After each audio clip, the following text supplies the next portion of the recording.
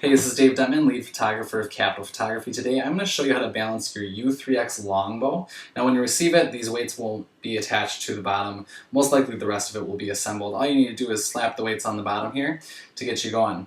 First thing you can do is adjust the handle here.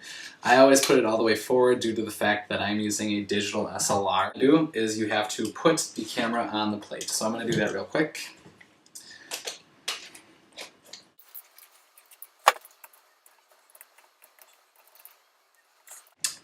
Once the camera's on there, you can see it's tilted off to a side a little bit. You can use the little knobbies in the back here. This one locks it in place.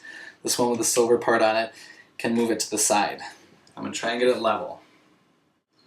Alright, now that I have it level side to side, you're going to see that the weights, or the camera's up here, weights are down here. Now, when I initially got this, I thought I needed to put more weight on the bottom.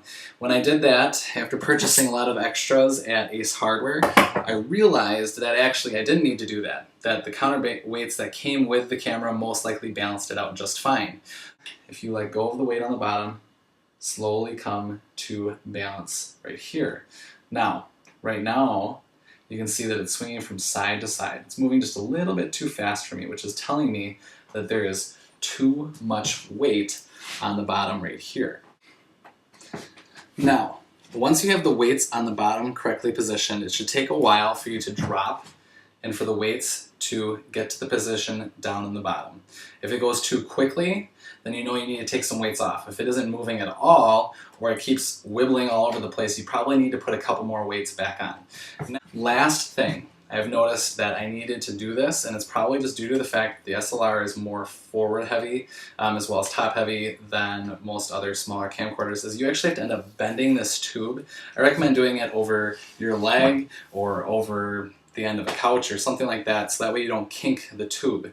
This works like a teeter-totter. The fat kid's right here, skinny kid's right here. You need to put the skinny kid further away on the other side of the pivoting point, otherwise it's never going to equal up. This is a continual process. It's not going to happen right away.